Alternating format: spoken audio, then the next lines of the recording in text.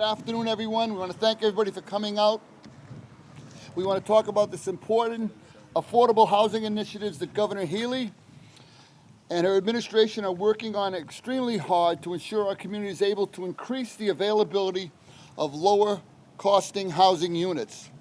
A matter of great importance has been affected in Fall River is affordable housing. Much like other cities across our state, we have faced challenges related to housing affordability, and we look towards solutions to help our residents gain relief. We work with the Fall River Housing Authority and the Community Development Agency to help us with these matters every single day. Through these partnerships, we work hard to ensure families can find affordable housing, although the work is never really done. Governor Healy's new tax cut bill is an example of the important investment we're going to have in our city, offering solutions for the matter of affordable housing. The tax cuts that Governor Healy has proposed will be a tremendous help to encourage housing developments and lower cost living in all of our gateway cities. I, of course, want to thank Governor Healy and our local legislative delegates who are here today for their efforts in helping create solutions that will benefit both renters and homeowners in our community. At this time, I would like to introduce Governor Healy to speak about the administration's tax cut bills. Thanks, Paul. Great. Well, good afternoon, everyone. It is great to be here in Fall River. I was here just a couple weeks ago, and it's great to be back and great to be able to stand with you, Mayor. Thank you for the warm welcome to Fall River and the great partnership and all the great work you're doing. It's a treat to be here with Chairman Rodrigues, a great champion for Fall River, also a leader and a partner on so many issues, including the tax package that we're going to talk about. And our dear friends in the legislature, your own Rep. Carol Fiola is here, Representative Paul Schmid, Representative Alan Sylvia. Grateful we are to all of you for your partnership. Community and business leaders are here as well, including Adams House developer Bob Karam. Bob, thank you for your vision. You've done so much great development all over town, and I know that will continue, and this is just another example of that. And to Ken Fiola, who's been quarterbacking all of this, of course, head of the Bristol County Economic Development Consultants. Thank you so much, Ken. Excited to be back here celebrating yet another initiative.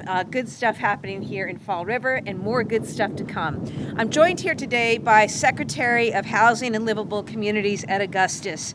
And we want to just say on behalf of the whole administration, it's wonderful to be here at Adams House. What we see is really pretty special. A beautiful place that provided generations care, initially as a nursing home, and now it has a new life, providing 34 homes in a great livable community. It's adding to Fall River's housing stock.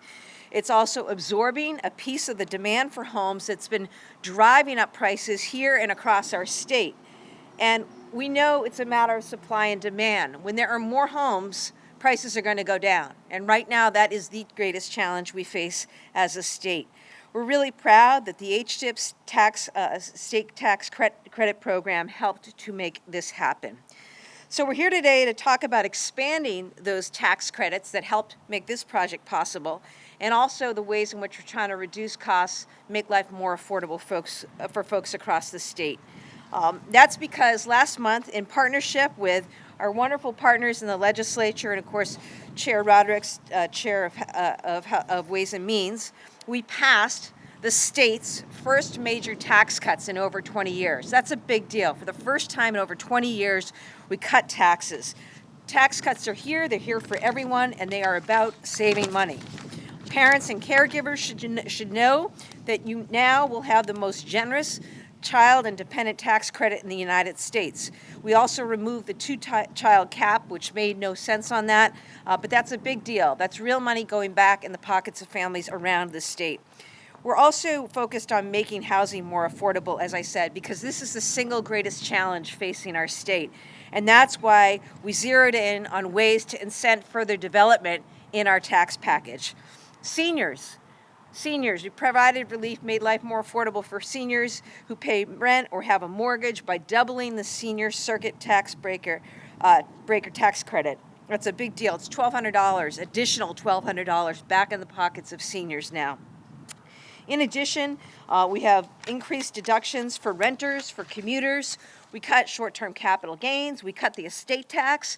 This has real consequences for folks, and we're really, really proud of it. And for our homeowners with septic systems, you should know the good news. We tripled the tax credit now available from $6,000 to $18,000, which we know is important for so many.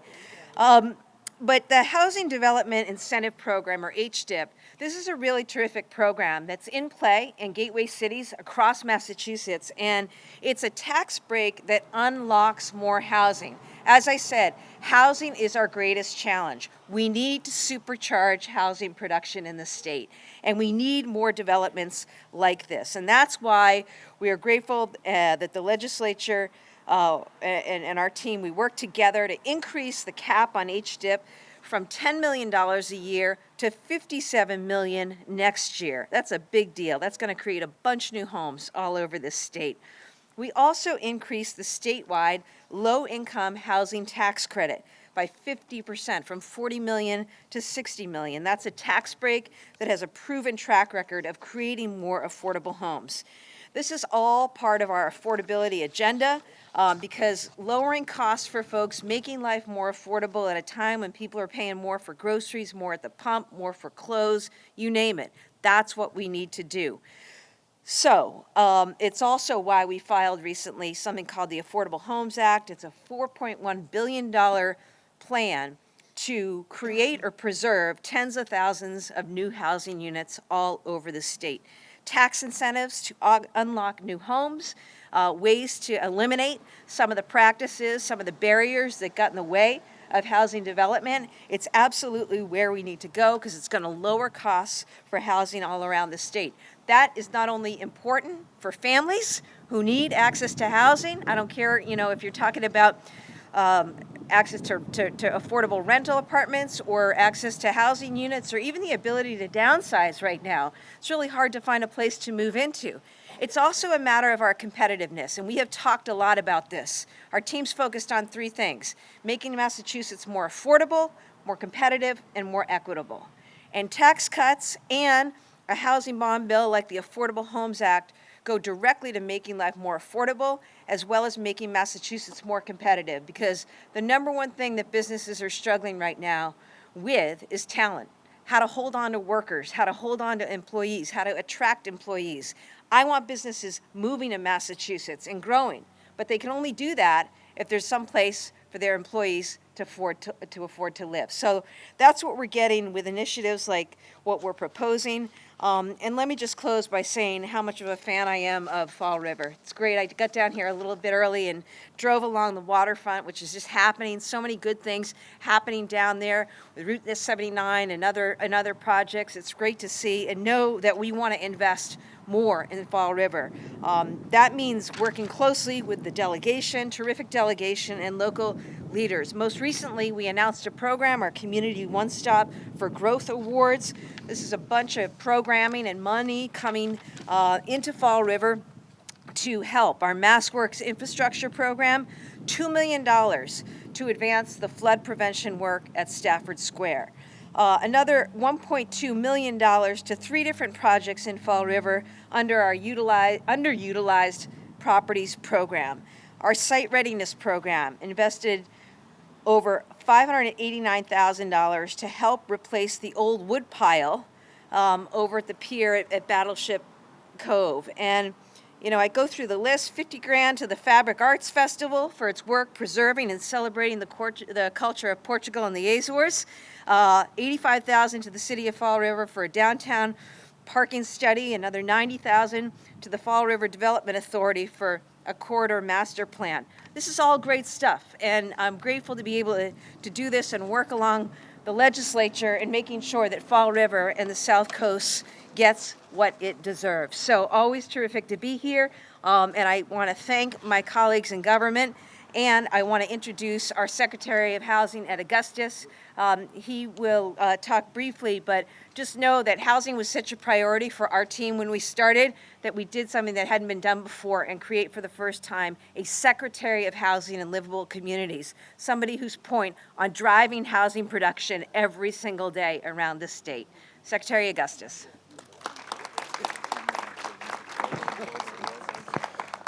Thank you, Governor, and Mr. Mayor, members of the legislative delegation. Thank you for having us, and thank you for being such great partners. Governor Healy and Lieutenant Governor Driscoll have set out a clear vision in motion to address one of our greatest challenges of our time. And I want to thank them for giving me the honor to serve in this role. The Executive Office of Housing and Livable Communities is 5 months old, and we've been tasked by the Governor and Lieutenant Governor to build more housing and build it faster, and we're doing just that. The historic $1 billion tax relief package the Governor signed into law last month includes an infusion of funding for two key programs which the Governor mentioned.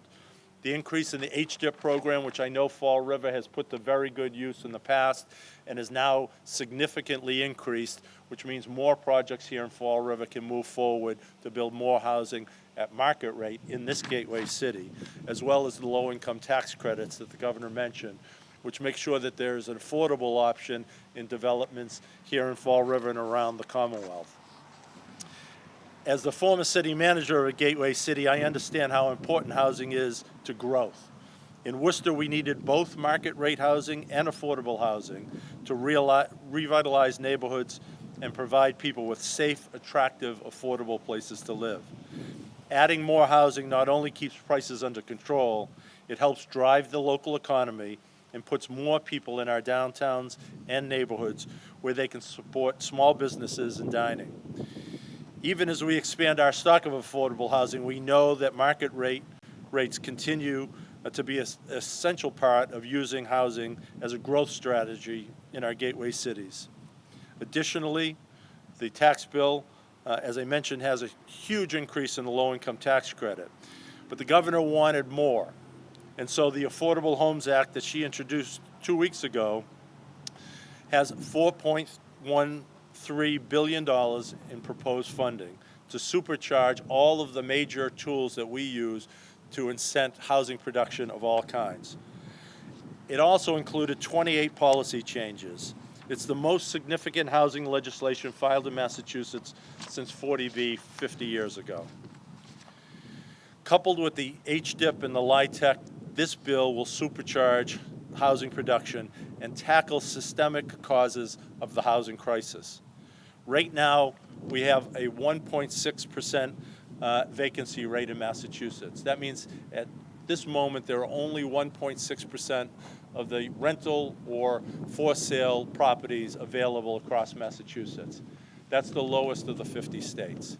Everybody knows somebody who's tried to purchase a home and has not been successful after multiple times putting an offer in, or how difficult it is to find an apartment that's safe and affordable and of the right size for your family. That is the imperative that brings us to the Affordable Homes Act. And I would mention we've got some of our folks from public housing, and some of these folks here very much were involved in informing what we needed to include in this package as it relates to public housing. And this bill recommends a tripling of the capital investments to our public housing stock and making sure that we really make up for some of the deferred maintenance that exists in public housing across Massachusetts. With that, I have the honor to introduce somebody who needs no introduction to the folks here in Fall River, somebody I had the pleasure of serving in the legislature with, who's not only an effective and very talented legislator, but who's also a very good person. And he brings that heart to his work every day. The chairman of the Ways and Means Committee, Chairman Roderick.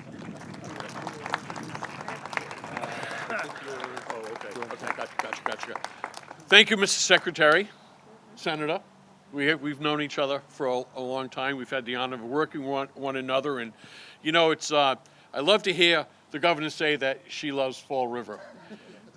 And I want you to know that Fall River loves you because it was through your leadership that we in the legislature, my colleagues, Representative Schmid, Viola, and Sylvia, an overwhelming majority of both the House and Senate passed, as the governor said, the first major tax cut in over 20 years.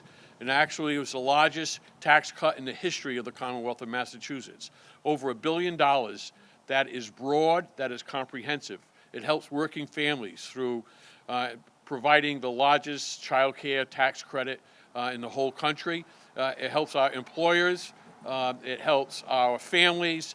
it helps our communities, and it certainly helps providing resources to increase our housing stock, as the governor said and the secretary said, through so-called HDIP, through the low-income housing tax credit.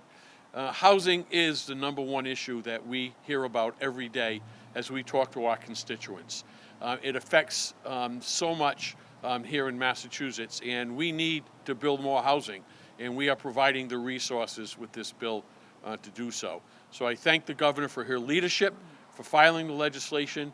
I thank my colleagues for joining us and supporting this piece of legislation, and I look forward to hearing the sounds of skill saws and nail guns and construction going on in increasing and building more housing stock here in the Commonwealth of Massachusetts. I'd also like to thank my good friends Jim and Joan Smith. I just had a pre-tour. I know you're going to take some folks in your apartments. It's absolutely gorgeous. The views of Somerset are beautiful. I'm sure, and I know how beautiful the sunsets must be from your vantage here in this building. So thank you all. And now I have the pleasure of introducing probably the foremost expert in the Commonwealth of Massachusetts on HDIP, someone whom, when I needed advice and counsel on the best housing policy and how to structure certain policy, I rely on his advice and counsel, but that's Ken Fiola. Ken? Good afternoon. Thank you all for coming out today. Before I get started, I just want to take this time to recognize the work that Governor Healy's done on behalf of getting this momentous tax bill passed within the legislature.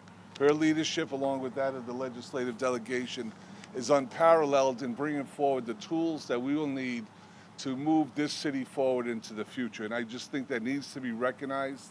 When Governor, then candidate Healy was here last summer, we talked about the HDIP. We talked about other things that were important to not only Fall River, but other gateway cities. And out of the box, she started delivering these things one after another. She's a go-getter, she's a doer, she's our kind of people. We love her here in Fall River.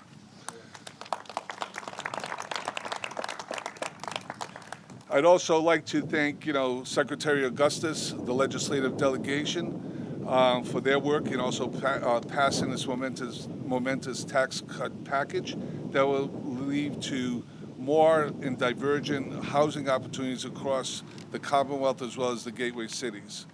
I'm here to speak to you about the HDIP component of this package, which is something we've been working on for a long, long time. As the governor has indicated, this HDIP program increases the annual program cap from $10 million to $57 million in FY23, right? That's a huge, huge increase, and it's going to meet the demand that's currently out there. Thereafter, the HDIP will be allocated $30 million annually. Again, a significant investment to meet the demand that's there. This, along with rental deductions, where previous renters were allowed to deduct half of their rent paid up to $3,000, this bill increases it to $4,000.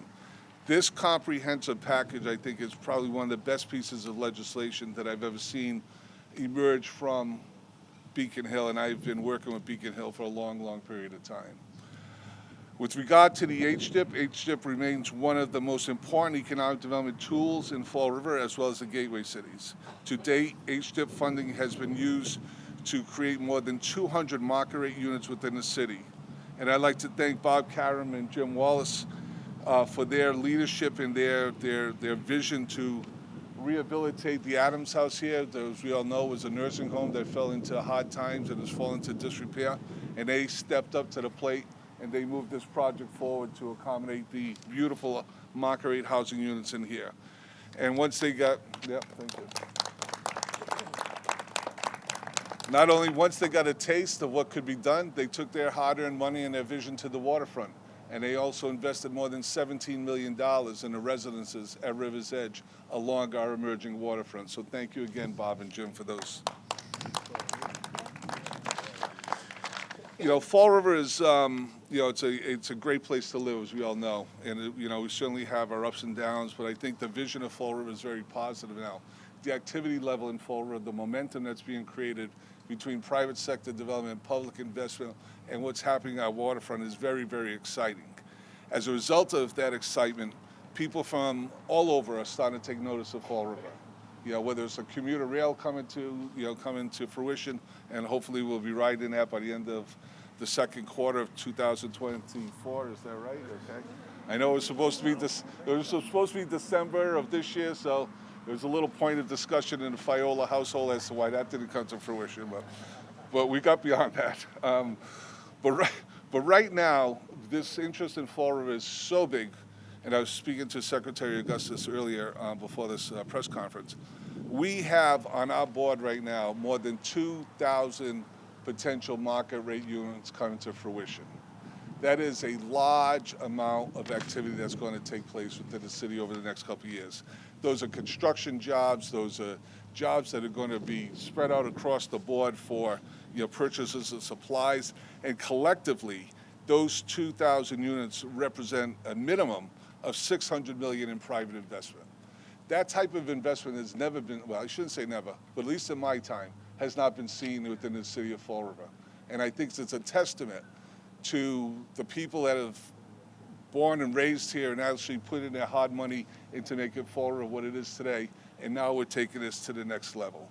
So right now we all know that Fall River has 28% of its housing stock is subsidized. Okay, Fall River is doing a very good job in allowing and also accommodating affordable housing. Now we're trying to balance the city, bring back the middle class.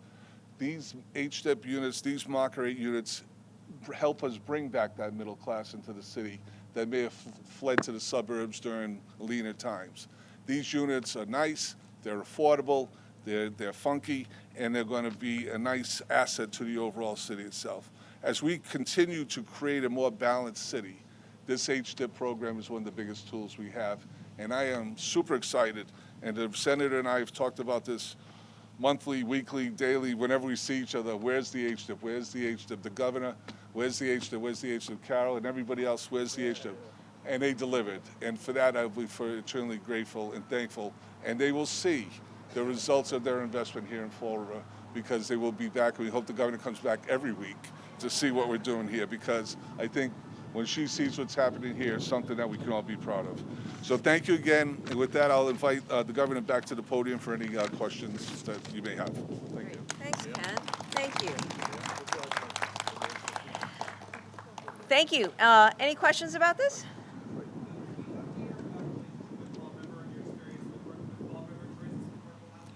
Oh, boy, my relationship with Fall River, it goes back a number of years, from the time I ran for Attorney General back in 2014 through experiences over the years.